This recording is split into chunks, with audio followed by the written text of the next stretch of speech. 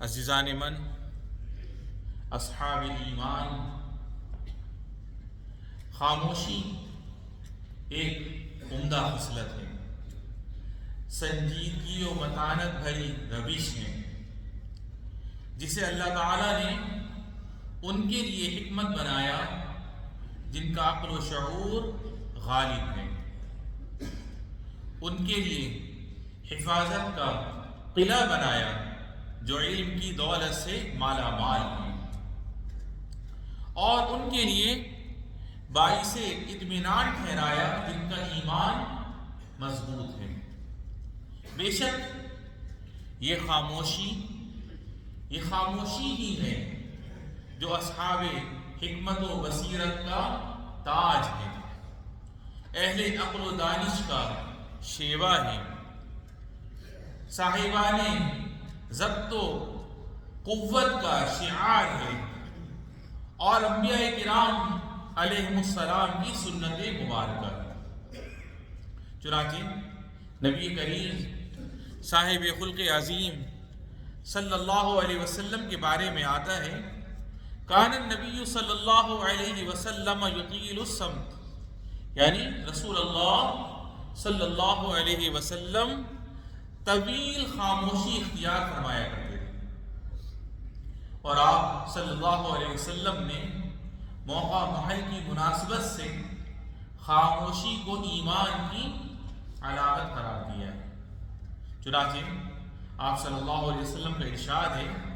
من کان یؤمن باللہ والیوم الآخر فلیقل خیرا او لیصمت، یعنی اور جو کوئی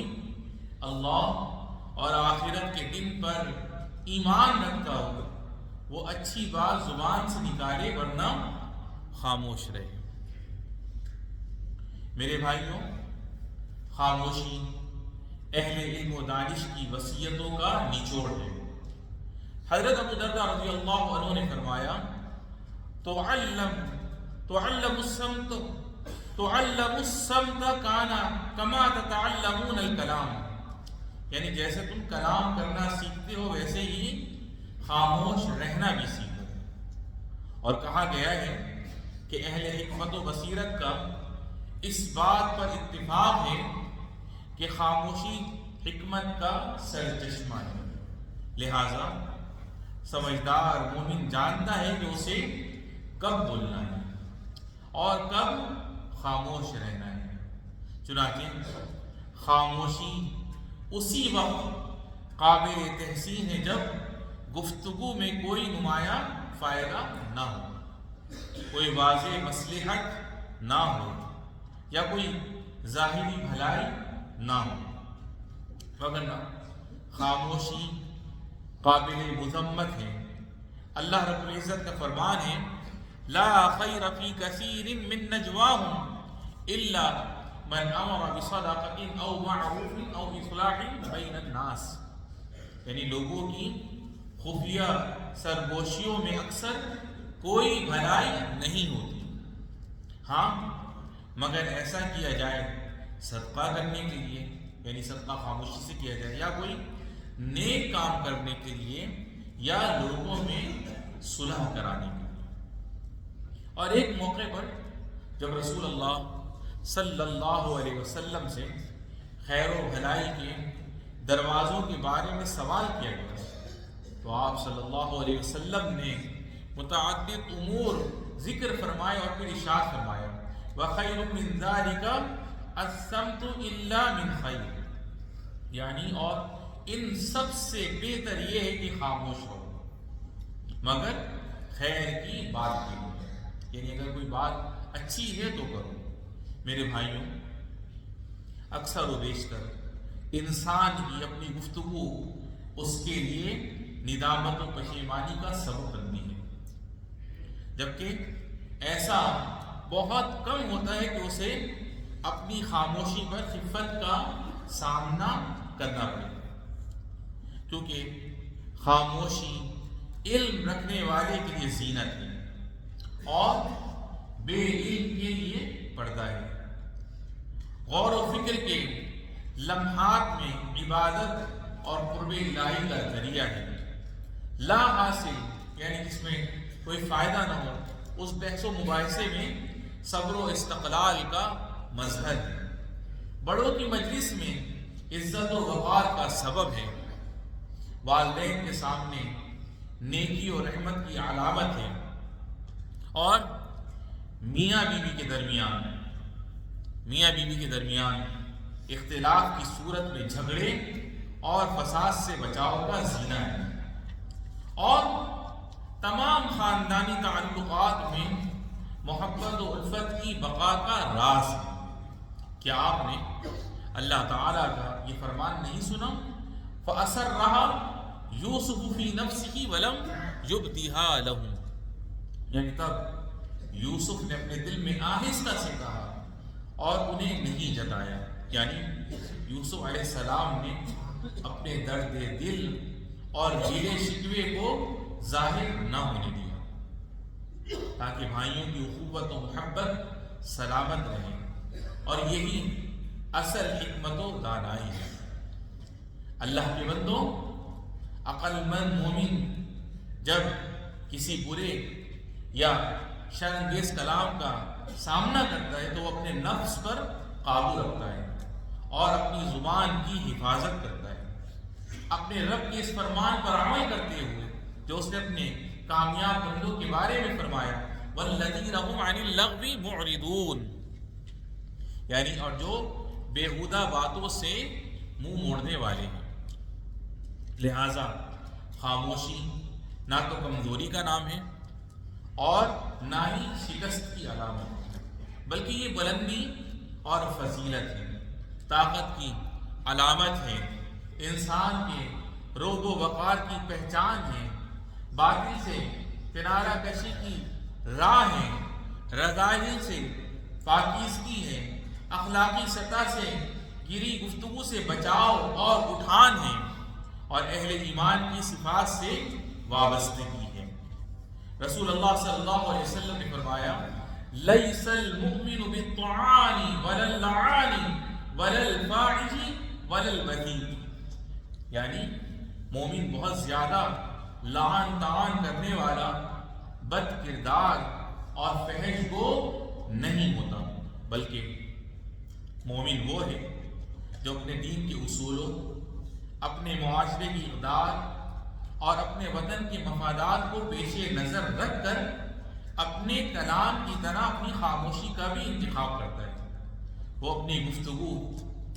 تحریر، السلام علیکم، اس طرح پھلان کر آنا اچھا نہیں ہوتا۔ سر یہ ادھر مسجد میں نماز پڑھ رہے تھے، باتھ روم میں کسی نے تالا لگا کے بندہ اندر، بلکہ مومن وہ ہے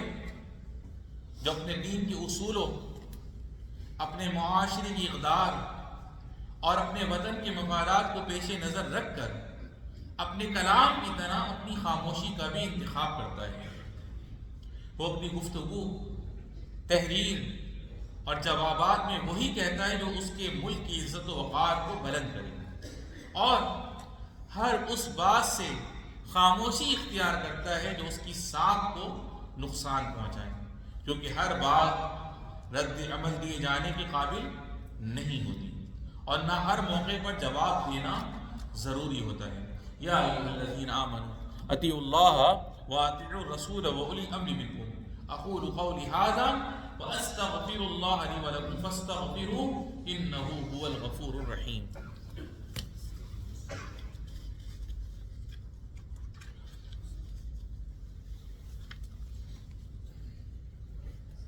الحمد للہ حق حمدہ والصلاة والسلام علی من لا نبی من بعد اما بعد۔ میرے مومن بھائیوں، خاموشی راہ نجات ہے۔ کسی نے عرض کیا، اے اللہ کے رسول صلی اللہ علیہ وسلم، نجات کیا ہے؟